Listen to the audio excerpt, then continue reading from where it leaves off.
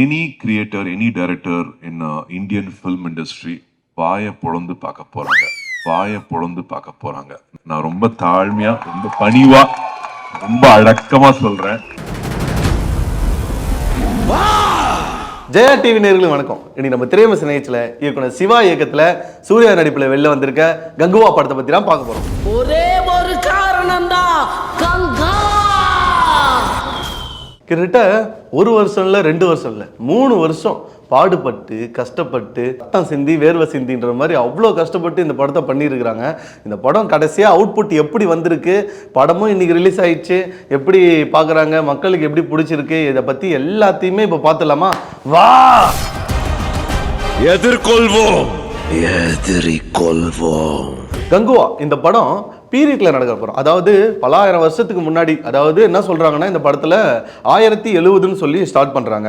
1070வது வருஷம் வந்து பார்த்திங்கன்னா நம்ம ரோமானிய பேரரசுலாம் நம்ம நாட்டை நோக்கி போர் எடுக்கிறதுக்காக வராங்க. அது வந்து அவங்க வந்து சேர்ற இடம் பார்த்திங்கன்னா முக்கடல் சேர்ற ஒரு இடம். பக்கத்தில் பார்த்திங்கன்னா ஒரு 5 தீவு இருக்குது. இவங்க ரோமானிய பேரரசு ட்ரைனிங் செக்ஷனுக்காக இதில் ஒரு தீவை வந்து சூஸ் பண்ணுறாங்க. அதுதான் பெருமாச்சி அப்படிங்கிற ஒரு தீவு. அந்த தீவில் இருக்கிறவங்கலாம் எல்லாரையும் துரத்தி அடிச்சுட்டு அந்த தீவை நம்ம கைப்பற்றிடலாம் அப்படின்னு முடிவு பண்ணும்போது அந்த தீவில் இருக்கிறவங்கலாம் ஒரு பயங்கரமான பலசாலிங்க, ரொம்ப புத்திசாலிங்க, அதை அவ்வளோ சீக்கிரத்தில் அவங்கள வந்து துரத்தி வைக்க முடியாது அப்படின்னு இவங்களுக்கு தெரிஞ்ச உடனே இவங்க தீவுக்கு பக்கத்தில் இன்னொரு தீவு ஒன்று இருக்குது. அந்த தீவில் இருக்கிறவங்களுக்கும் இவங்களுக்கும் எப்பயுமே ஆகாது. ஸோ அந்த தீவில் இருக்கிறவங்கள கை கோத்துக்கிட்டு நம்ம வந்து இவங்களை அழிச்சிடலாம், இந்த இடத்த எடுத்துக்கலாம், மொத்தமாக கைப்பற்றலாம் அப்படின்னு சொல்லி ரோமானிய பேரரசு முடிவு பண்ணுது. இப்போது சூர்யா வந்து என்ன பண்ணுறாருனாக்கா, இவங்க மக்களால் பாதிக்கப்பட்ட ஒரு குடும்பம் ஒன்று இருக்குது. அந்த குடும்பத்தில் ஒரு பையன் ஒருத்தருப்பா, அந்த பையனை இவன் தத்து எடுத்துக்கிட்டு வளர்ப்பாரு. மக்கள் இவன் வளர்க்குற அந்த பையனுக்கு வந்து இந்த மக்கள் யாருமே பிடிக்காது. அதெல்லாம் தாண்டி, இந்த பிரச்சனையெல்லாம் தாண்டி இந்த ரோமானிய பேரரசையும் எடுத்துக்கிட்டு அதுக்கப்புறம் பார்த்தீங்கன்னா அந்த தீவில் இருக்கிறவங்கள தீவில் இருக்கிறவங்களையும் ஏற்றுக்கிட்டு கடைசியாக அவர் என்ன பண்ணுறாரு, அடுத்தடுத்து என்ன நடக்குது அப்படின்னு சொல்கிறது தான் இந்த கங்குவோட மீதி கதையே. இந்த படம் 2 காலகட்டத்தில் நடக்கிற மாதிரி காட்டுறாங்க. அதாவது 2024 1070 அப்படின்னு சொல்லிட்டு ஒவ்வொரு சீன் பை சீன் அந்த மாதிரி தான் காட்டுறாங்க. ஸ்டார்டிங்கில் பார்த்தீங்கன்னாக்கா சூர்யா வந்து ஒரு கேரக்டரில் வராரு. என்ன கேரக்டரு, அவர் என்ன சண்டை போடுறாரு, எதுக்கு சண்டை போடுறாரு, என்ன வேலை பார்க்குறாரு அப்படிங்கிறத டீட்டெயிலாக அவங்க வந்து எக்ஸ்ப்ளோர் பண்ணல. அவர் கூட பார்த்தீங்கன்னாக்கா யோகி பாபு, திஷா பட்டானி, இவங்க எல்லாருமே வந்து ஒரு கேங்காகவே இருக்கிறாங்க. கே ரவிக்குமார்லாம் வராரு. இதுக்கப்புறம் அவங்க என்னென்ன பண்ணுறாங்க, ஏது பண்ணுறாங்க, அதெல்லாம் ஒன்றும் புரியாமல் அது ஒரு மாதிரியே கொண்டு போகிறாங்க. அது ஒரு கிளியராகவே இல்லை. அதுக்கப்புறம் அந்த ஒரு பையனை காட்டுறாங்க. அந்த பையன் வந்ததுக்கப்புறம் கொஞ்சம் ஒரு சில கிளாரிட்டியோட கொஞ்சம் கொண்டு போவாங்க. பார்த்தாக்கா திடீர்னு ஃப்ளாஷ்பேக்னு சொல்லிட்டு 1070க்கு எடுத்துகிட்டு போயிட்டாங்க. 1070க்கு எடுத்துகிட்டு போனதுக்கப்புறம் இந்த கதையெல்லாம் சொன்ன பார்த்தீங்களா, இந்த கதையில் நடக்கிறது எதுவுமே வந்து நெக்ஸ்ட் நடக்கலை. இந்த ரோமானிய பேரரசு என்ன ஆனாங்கன்றதையும் அடுத்து சொல்லலை. அதுக்கப்புறம் வில்லனுங்க கேங்க என்ன ஆனானுன்றதை பற்றியும் அடுத்து சொல்லலை. அதுக்கப்புறம் இவர் வந்து பார்த்தீங்கன்னா அந்த பையனை கூப்பிட்டுக்கிட்டு ஒரு ஊராக சுற்றி அந்த காடு ஃபுல்லாக சுற்றிட்டு வளைஞ்சிக்கிட்டு அப்படியே இருக்கிறாரு. அதுக்கப்புறம் கதை இவங்களுக்குள்ளே வந்து சண்டை நடக்குது, அப்பப்போ சண்டை போட்டுக்கிறாங்க, கத்திக்கிறாங்களே தவிர கதையை பற்றி நெக்ஸ்ட் போல.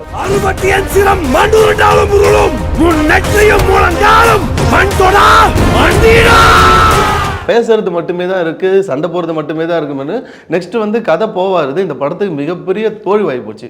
ஃபர்ஸ்ட் ஹாப்லேயே இந்த படம் வந்து முக்கால்வாசி ரொம்ப டவுனாக இருந்துச்சு, ரொம்ப ஸ்லோவாக இருந்துச்சு, பயங்கர லேகாக இருந்துச்சு. என்ன கதைன்றதை அவங்க வந்து கிளியராக சொல்லவும் முடியல. அதுக்கப்புறம் பார்த்தீங்கன்னாக்கா அவங்க வந்து டயலாக் வைஸ் வந்து அவங்க பெருசாக வந்து டெவலப் பண்ணி எடுத்துகிட்டு போல. சரி, தென் வந்து அந்த காட்டில் நடக்கிற சுவாரஸ்யமான விஷயங்களை பற்றி சொல்லுவோம், அவங்களோட வாழ்க்கை முறை எப்படி இருக்கும் அதை பற்றி ஏதாவது சொல்லுவோம். பார்த்தாக்கா அதை பற்றி எதுவும் பேசிக்கல. சும்மா அவங்களுக்குள்ளே பேசிக்கிட்டு சண்டை போட்டுக்கிட்டு இப்படியே இருக்கிறதே வந்து இந்த படத்துக்கு மிகப்பெரிய தோல்வி வாய்ப்பு போச்சு.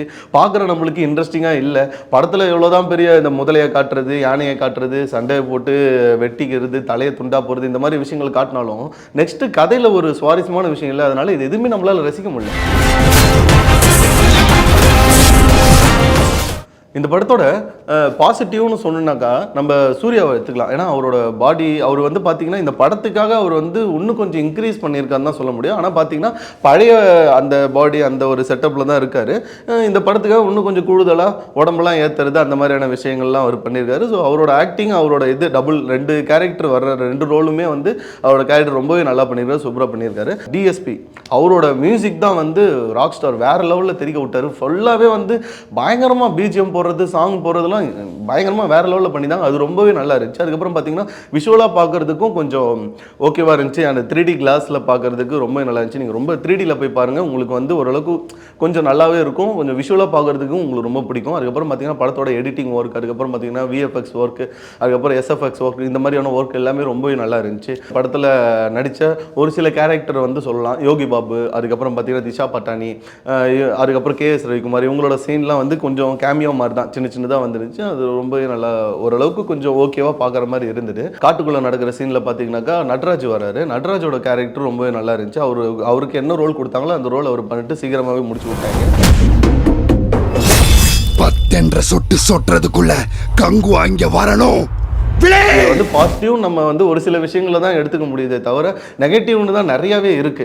ஏன்னா இந்த கதையோட வடிவமைப்பு அந்த மாதிரி தான் இருந்துச்சு. படத்தை வந்து எதிர்பார்த்துட்டு வந்து வேற மாதிரி இருந்துட்டு அங்கே போனது வேற மாதிரி இருந்துச்சு. எதிர்பார்க்காம போயனாலும் அது வந்து அந்த எதிர்பார்த்தது மாதிரி எதுவும் பெருசாக அமையல. அது வந்து முக்கியமாக வந்து பார்த்தீங்கன்னா இவங்க எல்லாருமே ஒர்க் பண்ணியிருக்காங்க. இவங்களோட எஃபர்ட் எல்லாருமே போட்டிருக்காங்க. நடித்த ஒவ்வொரு கேரக்டரும் சரி, ஜூனியர் ஆர்டிஸ்டும் சரி, செட்டு ஒர்க்கும் சரி, அப்புறம் எல்லாமே டயலாக் ரைட்டிங் எல்லாமே நல்லாவே ஒர்க் பண்ணிக்கிறாங்க. எல்லாமே சூப்பராக பண்ணிக்கிறாங்க. இவங்களோட ஒட்டுமொத்த ஒர்க்கையுமே நம்ம சிறுத்தை சிவா அழிஸ்டாரு சதஸ்டாருன்னு தான் நான் சொல்லுவேன். ஏன்னா அவரோட முந்தைய படம் வந்து அண்ணாத்த, அந்த படம் வந்து படமே நல்லா இல்லைனாலும் பட் கதைன்னு ஒரு விஷயம் ஒன்று இருக்குது. ஒரு லாஜிக்கான ஒரு கதை ஒன்று இருக்கும்.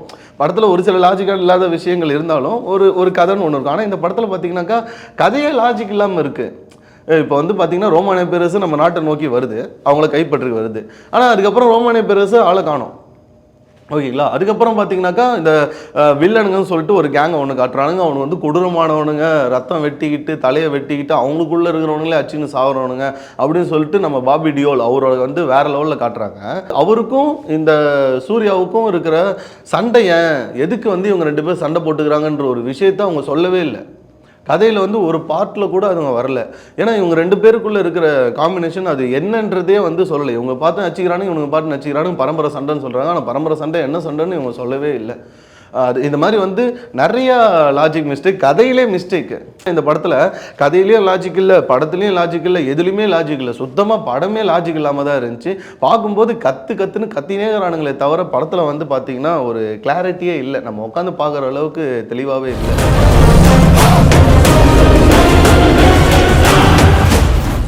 ரீசெண்டாக ஒரு இன்டர்வியூவில் வந்து நம்ம சூர்யா சார் சொல்லியிருப்பார், எல்லாரும் வந்து படம் வந்து நீங்கள் வாயை பொழுந்து பார்ப்பீங்கன்னு. கண்டிப்பாக வாயை பொழுந்து தான் பார்த்தாங்க, ஆனால் தூங்கினே வாயை பொழுந்து பார்த்தாங்க. அந்த மாதிரி ஆகிப்போச்சு. Any creator, any director in Indian film industry வாயை பொழுந்து பார்க்க போறாங்க, வாயை பொழுந்து பார்க்க போறாங்க. நான் ரொம்ப தாழ்மையா, ரொம்ப பணிவா, ரொம்ப அடக்கமா சொல்றேன். அப்புறம் பார்த்தீங்கன்னா சிறுத்தை சிவாலாம் வந்து அவரோட இன்டர்வியூலாம் வேறு மாதிரி பேசியிருந்தார். இதில் வந்து முக்கியமாக சொல்லணுன்னாக்கா நம்ம ஸ்டூடியோ கிரீன் ஞானவேல் ராஜா பாவங்க.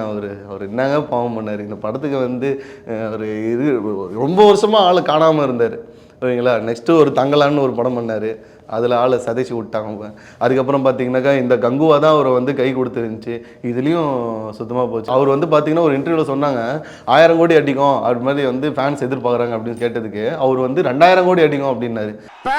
பேன் இந்தியா ரெக்கார்டோட இங்க சக்சஸ் மீட் எல்லா வேர்ல்டு வைடு இருக்கிற எல்லா டிஸ்ட்ரிபியூட்டர்ஸையும் கூப்பிட்டு இங்க நடக்கும். அல்டிமேட்டான ஒரு காட்டு மொக்க படம். இதுக்கான ரீசன் வந்து கதையில் ஒரு டெவலப்பிங் கிடையாது, கரெக்டான ஸ்க்ரீன் பிளே கிடையாது, எமோஷ்னல் சுத்தமாக ஒர்க் ஆகலை, சென்டிமெண்ட் சுத்தமாக ஒர்க் அவுட் ஆகலை. அதுதான் வந்து இந்த படத்தோட முழுக்க மைனஸ். இதில் வந்து பார்த்தீங்கன்னா இல்லை பார்ட் 2 வேறு ஒன்று வருது.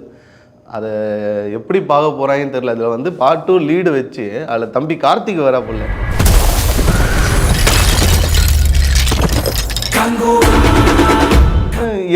எதுக்கு வரணும், எதுக்கு பார்ட் 2 லீடு வைக்கணும்? சும்மா வந்து ஃபேன்ஸை வந்து இந்த எல்சியூ மாதிரி ஒரு சினிமேட்டிக் யூனிவர்ஸ் மாதிரி கொண்டு வரலாம் சொல்லிட்டு எல்லாரும் கிளம்பிட்டாக்கா கடைசியாக என்ன பண்ணுறதுன்னு தெரியல. அண்ணன் தம்பி சண்டையை பார்க்கறதுக்காக நாங்களாம் உட்காந்துன்னு இருக்கணும். அவங்க ஃபேன்ஸ் வேணால் உட்காந்து பார்ப்பாங்க, பட் நம்மளாலாம் பார்க்க முடியாதுப்பா. ஃபைனலாக இந்த படம் எப்படி இருக்குன்னா, கதையில் இன்னும் கொஞ்சம் இன்க்ரீஸ் பண்ணி கொஞ்சம் லாஜிக்காக வேறு மாதிரி ஏதாவது டெவலப் பண்ணி கொண்டு போயிருந்தாங்கனாக்கா படத்தை வந்து ஒரு 2.5 மணி நேரம் உட்காந்து பார்த்து இருந்திருக்கலாம்.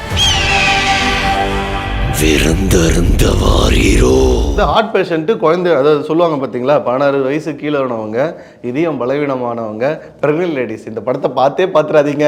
அதுதான் நான் வந்து ஃபைனலாக சொல்கிறது. அவ்வளோதான் கைஸ், இந்த படத்தோட மூவி ரிவ்யூ முடிஞ்சிச்சு. இன்னும் ஒரு நல்ல பெட்டராக வேறு ஒரு நல்ல மூவி ரிவ்யூவோட உங்களை வந்து மீட் பண்ணுறேன். அண்டு இந்த படத்தை நீங்கள் தேட்டரில் போய் பார்த்தீங்கன்னாக்கா 3Dயில் பார்க்குறீங்களோ 2Dயில் பார்க்குறீங்களோ ஐமேக்ஸில் பார்க்குறீங்களோ நீங்கள் எதில் பார்த்துருந்தாலும் உங்களுக்கு எந்த சீன் பிடிச்சிருந்தது சொன்னீங்கன்னாக்கா அந்த சீனை கமெண்டில் போடுங்க, நான் வந்து பார்க்குறேன்.